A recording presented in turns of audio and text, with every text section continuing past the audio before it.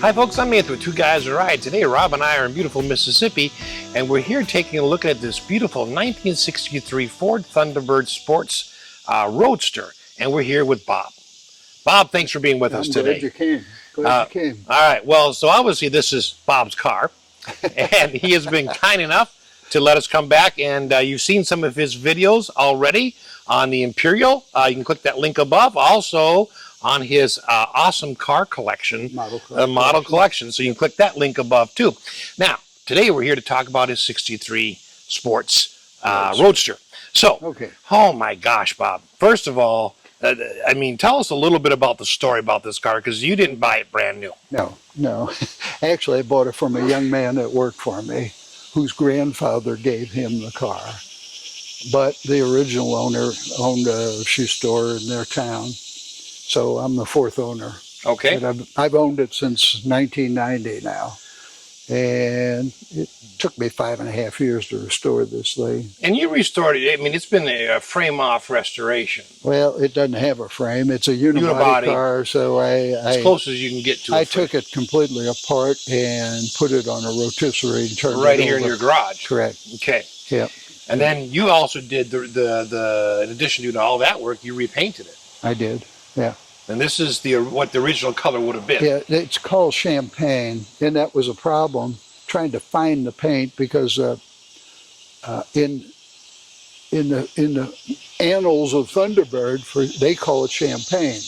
Okay. However, you go to the paint people, they say there wasn't such a thing in 1963. And I said, well, I've seen them, and I know the car is champagne. Well, it turns out that in 1962 they had the color, but they call it Castilian Gold. And so they changed the name, and that's why I couldn't find the paint. Checking the numbers were the same, but the name wasn't. Okay. Yeah, so it was a picnic doing that. I bet. Yeah. And you'll see when we take a look at the engine, the original paint on the car. Correct. And how well it's matched to what we see on the exterior of the car. Now, there were several things on the Sports Roadster that made it unique. I mean, it was that kind of defined it as a Sports Roadster. Correct. So let's start with pointing some of those things out. All right. Well, of course, it's got the insignias only the Roadster had. These, and there's one on the tonneau cover on the underside. Speaking of the tonneau cover, that's probably one of the major things that define a sport roadster. It's got a sweet look to it. Yeah, and that covers the back seat, so if you want to take passengers in the back seat, you take that off. Okay. But you can put the top up or down with it in place. Okay. The other part of a sport roadster is the Kelsey Hayes wire wheels. And years ago, I'm not into national car shows, but I happened to be at one in Missouri, and the judges come, and there's a lot of these aftermarket wire wheels, which are actually better than the Kelsey Hayes. Okay. But this has 48 spokes, and the reproductions have 56. As I said, they're stronger wheels, they're better wheels. And they're also airtight. These are not. So the cars came with tubeless tires. All Thunderbirds did back then, but you couldn't run tubeless because the wheels wouldn't hold the air. And so you had to put a wheel liner in to keep from tearing up the inner tube that you had to use. Yeah. So it's got a wheel liner, an inner tube, and a tire. And each one of these things is about 100 pounds worth of sprung weight, which makes the car handle even worse than it should. Oh, funny. But the judges, when they I think they've changed those criteria now, but they used to be that the judges would start at the valve stem and count the number of spokes. And if you had one more than 48, you got demerits. Yes. And but this one has, when I bought the car, the spare had the center hub was cracked, and I had a guy in Fort Lauderdale, Florida, advertised in Hemmings Motor News back then that he had a set of Kelsey Hayes wire wheels. And I called him. I said, "Would you sell one?" He said, "No." He said, "I don't want to break up the set." And he said, I'll take your name and number. Well, he called me about maybe 2 months later. He said, "You still interested?" He said, "I'll sell you two." And I said, "Okay, I'll take them." So I've got another perfect one in the closet in the shop. But at $650 a wheel, you don't want to have a surplus. No, not exactly. Now, but yeah, go ahead. Okay, so there are. Let's talk about the some of the rest of the features that define it as a sports. You've got a grab bar. A grab bar over on the on the passenger side. It's the only Thunderbird to ever have a grab bar. None of the other, even the Bullet Birds like this, don't have that. Just the Sport Roadster. And then in was it after '63 that they changed where the window switches are? It was well, I don't know in '64, I think, but in '62 they were on the door, which is perfect. So, but they moved them to '63 there, and if you got caught in the rain, your window switches would be floating in water.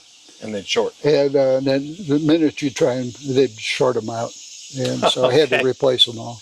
Because unlike a modern convertible, it takes a few seconds to get the top up. Yes, yeah. It's got 5 motors, 7 limit switches, and 8 relays to make that top dance the way it needs to. It is cool the way it opens up and comes out. That is really neat. Now, we talked about the curved glass. Yeah, that was. And that wasn't necessarily just on the Sports Roadster. No, that was. But it was that starting in 62. 61. 61. 61, 2, and 3 had the curved side windows. Up to that point, the side windows were always just flat glass because they were cheaper. So now we're putting in curved. Then you had the glued-in mirror. Mirror off of the windshield. Okay, and that was 63? Well, actually, it was in 61. 61 as well. But the Thunderbird was the first to do that. Okay. I noticed you have a swing-away steering wheel. The swing-away wheel was an option in 1961. Okay. But it became standard in 62 through 66. Okay. Yeah. Instead of a tilt wheel, right, you get in and sit down and pull it over in front of you, and it locks in place once it's in the park position. Okay. One more thing, and that's the windshield wipers. I don't think we talked about that. No, we didn't. But they are hydraulic. They operate off the power steering pump. Okay. Prior to that, they were electric. Yeah. Oh, okay. Well, yeah, the vacuum was gone quite a few years on the Thunderbird, but they became 2-speed electric wipers. Now, these are actually infinitely adjustable. You can adjust those to they're almost imperceptible that they're moving. Okay. Or so fast that it's a blur. Interesting. Yeah, but there's no set speeds to them. Okay. Whatever you wanted them to be, but there were no intermittents. I love the door handles. Yeah.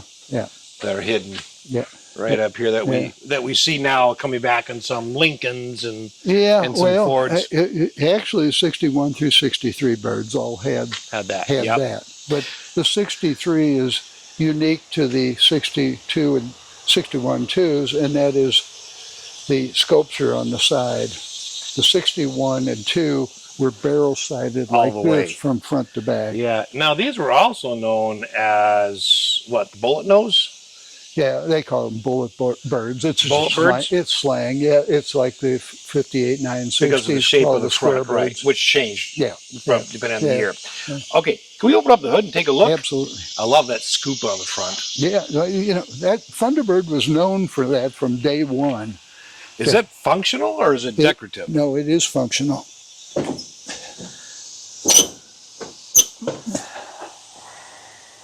You can see it right here. Oh, yeah. Comes right in. All right, there. The motor's a 390. Okay. 300 horsepower. There was an option on they called it an M code car. This is not. This is a Z code. Okay. This is 300 horsepower. The M code was a 340. It had tri-power. And essentially it was the same. They changed the intake manifold, obviously, to accommodate the multi-carburetors. Mm-hmm. But it was 340 horsepower versus 300 here. Okay. It is a 12-volt system, obviously. In typical Ford, they always had the circuit breaker out, away from A lot of them always had it on the starter motor, but Ford always had them remote somewhere. Now, did you rebuild the engine as well when you redid the car, or was the engine okay? The car's only got 54,000 miles on it. Oh, wow. But there's a few things about these things that are, every year they'll change some things. But when I was restoring the car, trying to get the correct anodized Latches or the latches and the color right on the hood hinges, and I took it back to the plater. The first time I got it back, it was bright gold. Second time, you couldn't tell it was gold, and the third time they finally hit it. And I was paying for all every one of them, yeah. The other thing is that the '63 Thunderbird was the first Ford product to have an alternator. Okay. Up to that point, they were, in fact, Mustangs had generators through some 66s, but for 64, 65. Lincoln went to it about the same time. Thunderbird's just slightly ahead of it. But again, they always looked at the Thunderbird, try something new and different. Yeah. Now, the inner fender panels you alluded to before, this is all original paint. Yep. And it's a very close match to what's on the outside. Well, of course, it's not rubbed out either, so it's going to look different. It's going to look, yep. And the paint is actually, it's PPG water-based paint, and I've painted a lot of cars in my life. It's the first time I ever painted a car with water-based paint. And as a side note, my wife used to complain when I'd paint cars because cleaning out the spray gun entailed a lacquer thinner. And she'd always say, "You smell like lacquer thinner," for about 2 weeks after I painted a damn car. It didn't matter how many showers I took, I still smelled like lacquer thinner. That's got a strong smell to it. This had none, and it was a unique experience cleaning out the spray gun with soap and water. And no smell. Wow. Yeah. I love this whole front end, Bob. This has just got such the way the grill slants in. Yeah. Well, the dual headlights in the front. All the Bullet Birds were that way, but their grills were different. Every year had something a little bit different. But now the other thing, there's no plastic on this car. It's all pot metal. Oh, I believe it. Yeah. The other thing that kind of sets this apart as a sports roadster is the VIN number. Correct. Yes. So what was the difference between the convertibles and then the sports roadster on VIN numbers? It's in the VIN number of the car, but a convertible has an 85 designation, whereas the sport roadster is an 89. Okay. And, which is just another way to spot what you're looking at. Yeah, and 62, the first 500, they made 1,250 62s. That's pretty close to it, right? They only made 455 63s. And, they were so expensive that... yeah, they were. They were like a real luxury. They're looking for big numbers, and anyhow, the first 562s were 85 designation. So the only way to know if you got an original sport roadster and the Society of Roadsters recognizes you is off the gate release, which we'll see. Yeah, we'll see in a little bit. But it clearly says sports roadster. Yeah, right on there. Yeah. All right. Well, let's close this up. All right. Still can't believe that paint job you did, Bob. That is just amazing. As I said, it's water-based color coat, but I've got 2 coats of clear lacquer over it. Yeah. And I sanded because the clear lacquer did pick up trash. And so, but what I did to try and replicate original is I didn't put clear coat on the any of the jams. I just left them plain. All right. Let's just talk briefly about this interior for a minute. Sure. Now, did you refurbish the interior, or is this the original? The seats. The seats you did. The seats. But the door cards are. The door cards are original, and everything else is the back seat is original. Okay. Yes. Yeah. Now, this was your remote control for your part of your for the top. This one was for the mirror. Okay. Yeah. And then I love the 2 colors for your Yeah, you know, courtesy lights. courtesy lighting. Yes. Yeah, it's Nice, but it's a nice decorative door. It's got a lot of different trim pieces to it here, and then on the side, it just looks nice. Okay, gauge-wise, you had sort of your basics with fuel and engine temp. yeah. A few dummy lights. and they're basically idiot lights after Right, after would come that. on after the car was destroyed. Yeah, Yeah, right. exactly. So then you had a speedometer, then you had a nice big clock. Yeah. Right, ignition's still on the left. Yes. And then you had a couple of knobs. So this one would have been for... I got to get over there. I do Yep, it by you feel, not. Okay, this is lights. This is headlights. Okay. These are wipers. Okay, and then what's down the headlights? No. No. Is there a choke? No. Oh no. No. This is an emergency brake light on. Okay. It flashes red if you. Emergency brake is still on? Yeah. Okay. Now, in the middle, of course, you had an optional feature, which was the compass. Correct. That was they called it a rotunda, and again we have the documentation that it was a product sold by Ford dealers, so Right. it was an aftermarket. But I wouldn't put anything in the I mean, car that that wasn't- wasn't authentic. Right. And then, of course... But just an AM radio. okay. AM FM was available. This car is relatively unloaded. The three major options it does not have. One is factory air conditioning. Okay. Second is an AM FM radio. Okay. And the other is power door locks, which were available, but this does not have it. Seat belts were an $18.16 option. Huh. Yeah. Now, interestingly enough, these came with power seats that were then disconnected at the factory. The drivers, that one is stationary. Yes. Okay. Yeah, they did that in order to keep this thing from hitting the fiberglass tonneau cover. So theoretically, if you didn't have the tonneau cover on, it could be used. But right now it's disconnected, so it doesn't hit it. Right. It has got a great look. You got of course, a center console right there, and then you've got, I'm assuming, an ashtray right in front of that. Yeah, the ashtray is. Yep. Okay. There is a little pull lever on the far right. That's a vent. That's just a vent for the feet. Yeah. Okay. All right. The emergency brake release is this pedal here. You put it on with this one. The release is you just bump that and it'll pop up. Oh, really? Okay, it's not a pull, it's a push. That's interesting. All right.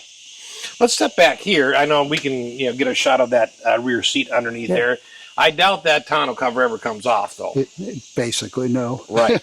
And that is an original seat back there. Yeah. Okay.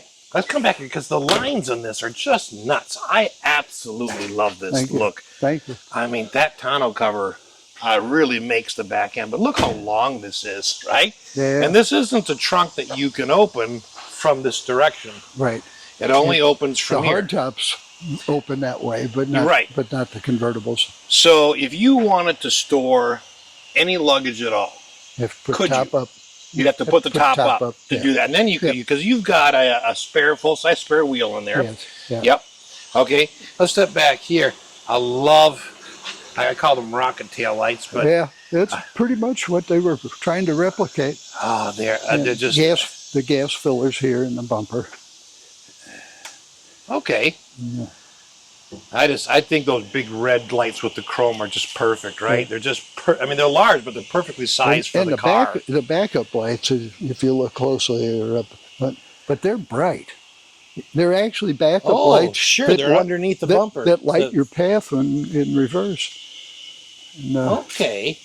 Yeah, they're a little hidden, aren't they? You don't see them from when you're almost an upright position. Yeah. You don't need to. One of the things when I was restoring this car is that I sent the bumpers to a plater in Texas to re-chrome, and they didn't come back. They didn't come back.